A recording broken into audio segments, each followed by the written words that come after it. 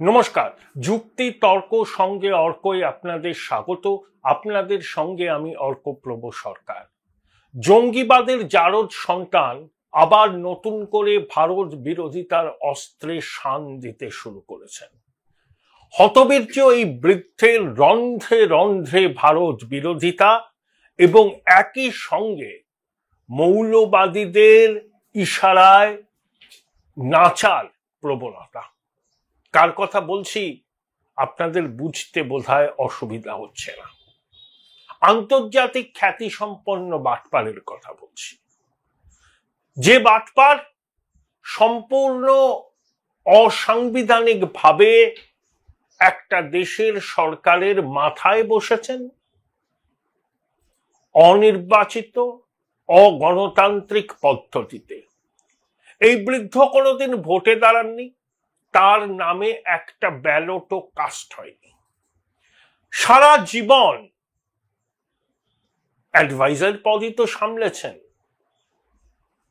60 বছর বয়সে পদ থেকে ইস্তফা দেওয়ার কথা ছিল আইন অনুযায়ী, কিন্তু ওই যে কথা আছে না, দেহত্যাগ না করলে পদত্যাগ নয়, এই কথাটা অন্তর থেকে বিশ্বাস করে এই সুদী বৃদ্ধ। তাই 71 বছর পর্যন্ত পদে ছিল।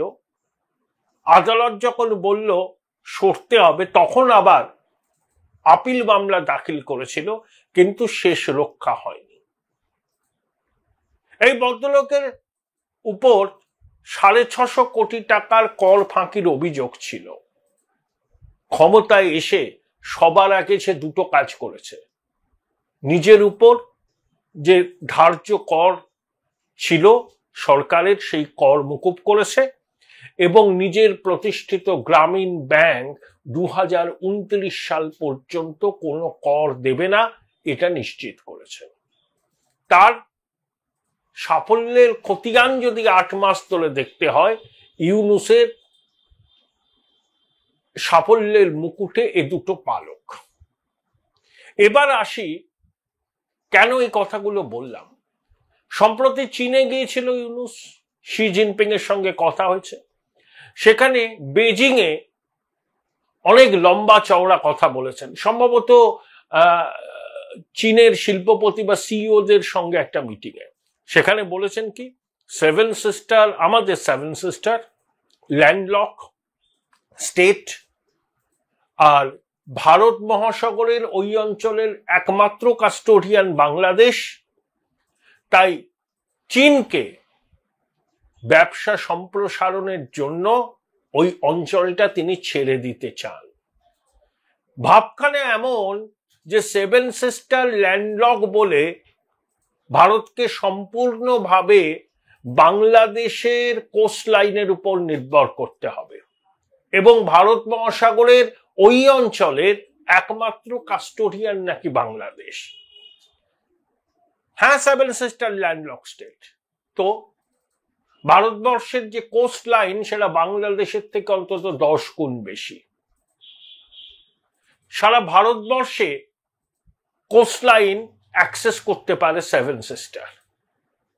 ইউনূসের চিন্তা করার কোনো দরকার নেই। আসলে ওর যে উপদেষ্টা প্রধান সহকারী, সেটা ফেসবুক পোস্ট করেছিল না, ভারতের 7 সিস্টার পশ্চিমবঙ্গের একটা অংশ নিয়ে নতুন বাংলাদেশের মানচিত্র, নতুন বন্দোবস্ত, এটা না হলে নাকি বাংলাদেশের স্বাধীনতার কোনো অর্থ হয় না। ইউনূসের ভাষায় যে যুবা অভ্যুত্থানের মাস্টার মাইন্ড। এই দেখুন পরিকল্পনা সামনে চলে এলো। 7 সিস্টার নিয়ে কি নজর, 7 সিস্টারে সন্ত্রাসবাদী হামলার কি পরিকল্পনা। জসিমউদ্দিন রহমানি থেকে পাকিস্তান আইএসআই ডিজি, সবার লক্ষ্য 7 সিস্টার। যদি ওখানে হানা দেওয়া যায়, যদি ওখানে টার্মোইল ক্রিয়েট করা যায়, এটাই হচ্ছে ইউনূসের লক্ষ্য। এবং ভারত বিরোধিতার স্বরকে কিভাবে উচ্চগ্রামে তোলা যায়, এই সুদী বৃদ্ধ সেটা জানে। 22 এপ্রিল পাকিস্তানের ডেপুটি প্রাইম মিনিস্টার এবং ওদের বিদেশ মন্ত্রী ইশাক দার আসবেন। আচ্ছা, পাকিস্তানে বিগত কয়েক বছরে কজন রাষ্ট্রপ্রধান সফর করেছেন? আমি যতদূর জানি সম্প্রতি বেলারুসের আলেকজান্ডার লুকাশেঙ্কো গিয়েছিলেন, সেই সময় আবার পাকিস্তান জুড়ে অশান্তি চলছিল, ইমরান খানের দলের সঙ্গে সংঘর্ষ হয়েছিল। আর কেউ এর মধ্যে পাকিস্তান ভিজিট করেছে কিনা আমার জানা নেই। পশ্চিম দুনিয়া তো পাকিস্তানকে ব্রাত্য করে রেখেছে, কিন্তু ইউনুস চায় পাকিস্তানের কোলে বসে নাচবো। পাকিস্তান একটা ধর্মান্ধ রাষ্ট্র, টেররিজম, এক্সট্রিমিজম, অর্গানাইজ ক্রাইমের এপিসেন্টার, এবং বাংলাদেশও যাতে পাকিস্তানের পদাঙ্ক অনুসরণ করে এই সুদী বৃদ্ধ সেই জন্য নিরলস চেষ্টা করে যাচ্ছেন। এত স্পর্ধা হয় কি করে বলার যে বে অফ এই ভারত মহাসাগরের একমাত্র কাস্টোডিয়ান বাংলাদেশ, এই বলা স্পর্ধা ইউনুসের হয় কি করে? আসলে বেজায় ধাক্কা খেয়েছেন যখন কাকতি মিনতি করছিলেন না প্রধানমন্ত্রী নরেন্দ্র মোদীর সঙ্গে শীর্ষ বৈঠক। চীনে আসার আগে ভারত সফরে যাওয়ার পরিকল্পনা ছিল, আমরা তো দরজাটা মুখের উপর বন্ধ করে দিয়েছি, খুলবো না। কেন খুলবো না? জঙ্গি মদতে যে সরকার আছে এবং যে সরকার অনির্বাচিত, অসাংবিধানিক, সেই সরকারকে স্বীকৃতি দেওয়ার কোনো অভিপ্রায় ভারত সরকারের নেই। অন্তর্ভুক্তিমূলক নির্বাচনের মাধ্যমে কোনো সরকার বাংলাদেশে আসলে সেই সরকারের সঙ্গে পূর্ণ কূটনৈতিক সম্পর্ক তৈরি হবে। ইউনুস যদি নির্বাচিত হয়ে বাংলাদেশের রাষ্ট্র ক্ষমতায় আসেন, আমরা বাংলাদেশের সঙ্গে পূর্ণ কূটনৈতিক সম্পর্ক তৈরি করব, কারণ we cannot change our neighbours. আর চীনের সঙ্গে আমাদের সম্পর্কে চাপানুতল আছে, চড়াই উতরাই আছে, কিন্তু এটাও ইউনুসের জেনে রাখা উচিত, ড্রাগন আর হাতি এখন একসঙ্গে নাচবে। এটা যেন ইউনুস ভুলে না যায়। সব রকম ব্যবসা করতে পারে চীনারা, ওখানে বাংলাদেশে মাল তৈরি করে বিদেশেও সাপ্লাই করতে পারে, চীনের বাজারকেও ধরতে পারে। $6 বিলিয়ন ঋণ আছে চীনের কাছে, সেই ঋণ বাংলাদেশ শোধ করতে পারবে? সুদের হার কমানোর জন্য তো পিরাপিরি করছে, তাই ইউনুস এই নতুন প্রপোজাল দিয়েছে। দেখুন, বাংলাদেশের বাড়িতে চীন বিনিয়োগ করতে পারে, অতীতেও করেছে, এখনো করছে, ভবিষ্যতেও করবে, আমাদের কি অসুবিধা? কোনো অসুবিধা নেই।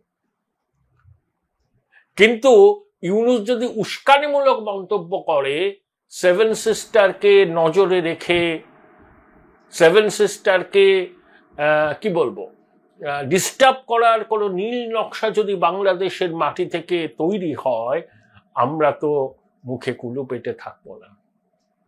ইতিমধ্যেই জসিমউদ্দিন রহমানির মতো আন্তর্জাতিক সন্ত্রাসী সেভেন সিস্টারকে ভাঙার হুমকি দিয়ে আসছে। লালমনিহাটে পরিত্যক্ত এয়ার স্ট্রিপে, যেটা আমাদের চিকেন নেকের খুব কাছে, পাকিস্তানের ISI ডিজি ঘুরে গেছেন, জসিমউদ্দিন রহমানিও সেখানে ছিলেন। আসলে ইউনুসের ছকটা হলো খুব পরিষ্কার, চীনকে কাছে টেনে, পাকিস্তানকে কাছে টেনে ভারতের উপর চাপ সৃষ্টি করা। দেখুন, চীন ভারতের সঙ্গে তার সম্পর্কের ওই বললাম টেনশন আছে। 2020 আগের অবস্থা এখনো হয়তো আসেনি, কিন্তু বিমান পরিষেবা চালু হচ্ছে, মানস সরোবর তীর্থক্ষেত্রের জন্য খুলে দেওয়া হবে, চীনা বিনিয়োগ আসবে। কাজানে ব্রিক্সের সম্মেলনে পার্শ্ব বৈঠকে শি জিনপিং এবং মোদিজির বৈঠক হয়েছে, এবং তারপরে স্পেশাল রিপ্রেজেন্টেটিভদের তরফে বেশ কয়েকবার বৈঠক হয়েছে। বরফ গলছে। দুই বৃহৎ প্রতিবেশীর মধ্যে সম্পর্কে টানাপোড়েন থাকতে পারে, সেই টানাপোড়েনকে এক্সপ্লয়েট করার সুযোগ খুঁজছে ইউনুস। কিন্তু ও জানে না বাংলাদেশকে নিছক যে পুঁজি চীন বিনিয়োগ করেছে, সেই পুঁজির নিরাপত্তা ছাড়া আর চীন কিছুই চায় না। বাংলাদেশের প্রতি তাদের বাড়তি কোনো আকর্ষণ নেই। Join Indian Institute of Hotel Management now. Right choice, right decision. দেখছেন না, শ্রীলঙ্কার কি অবস্থা হয়েছিল? চীনের কোলে উঠে গেছিল, তো এমন ঋণের ফাঁদে পড়েছিল, তাই নতুন দেশনায়ক শ্রীলঙ্কার ভারত সফর করলেন দিশারা নায়ক। মোদিজি ও বিমস্টেক সম্মেলনের পরে 3 দিনের রাষ্ট্রীয় সফরে শ্রীলঙ্কায় যাচ্ছেন। মালদ্বীপের মুইজ্জু একেবারে চীনের কোলে উঠে গিয়েছিল, সেও চীনের ঋণের ফাঁদে জড়িয়ে পড়েছে। ভারত বলছে ঋণ নয়, গ্র্যান্টি নিয়ে দেবো আর ইনভেস্টমেন্ট করব। মুইজ্জুরও সুর বদল। নেপাল এবং ভুটান থেকে অফুরন্ত হাইড্রো ইলেকট্রিক পাওয়ার হয়, সেটা বাংলাদেশে যেতে গেলে ভারতের ভূখণ্ড ব্যবহার করতে হয়। কথায় কথায় উত্তর পূর্ব ভারতকে লক্ষ্য করে হুমকি দেওয়া, পরোক্ষে থ্রেট করা, এসব বেশি দিন বরদাস্ত হবে না। আদানি আবার পুরো মাত্রায় বিদ্যুৎ সরবরাহ শুরু করেছে, কারণ প্রেজেন্ট বিলটা ইউনুস মেটাচ্ছে, কিন্তু বকেয়া এখনো মেটায়নি। আমরা বলছি না আমরা বাংলাদেশের সাধারণ মানুষের পক্ষে আছি, সেই জন্য আদানি গোষ্ঠী অনেকটা ক্ষতি স্বীকার করেছে এখনো, তাও তারা কিন্তু আবার নতুন করে বিদ্যুৎ সরবরাহ চালু করেছে। এবার ইউনুস যখন উত্তর পূর্ব ভারতকে ডিস্টার্ব করার পরিকল্পনা করছে, আমরা কি হাত গুটিয়ে বসে থাকবো? চট্টগ্রাম বাংলাদেশের নিরাপদ থাকবে তো? স্নেহকুমার চাকমা দিল্লিতে এসেছিলেন সেই 4 দশকের একেবারে শেষের দিকে, প্যাটেলের সঙ্গে দেখা করেছিলেন, নেহেরুজির সঙ্গে দেখা করেছিলেন যে চট্টগ্রাম ভারতের অন্তর্ভুক্ত হয়। নেহেরুজি সেই দাবি গুরুত্ব বোঝেননি, সেই জন্যই চট্টগ্রাম আজ বাংলাদেশের অংশ। এবং বালুচিস্তানের ক্ষেত্রেও পণ্ডিত নেহেরুর ভুল নীতির খেসারত আমাদের দিতে হচ্ছে। একসময় চট্টগ্রামে সনাতনী জনসংখ্যা যা ছিল এখন অনেকটা কমে গেছে। চট্টগ্রামের সনাতনীদের মধ্যে আবেগ আছে ভারতের সঙ্গে মিশে যাওয়ার, কিন্তু ভারত আধিপত্যবাদ প্রশ্রয় দেয় না, আগ্রাসনকে প্রশ্রয় দেয় না। কিন্তু পরিস্থিতি যদি এমন হয় লাগাতার বাংলাদেশের মাটি থেকে উত্তর পূর্বকে নিশানা করা হয়, তাহলে পরিকল্পিত পরিস্থিতিতে আমাদের নতুন করে মিশন চট্টগ্রামের কথা ভাবতে হবে।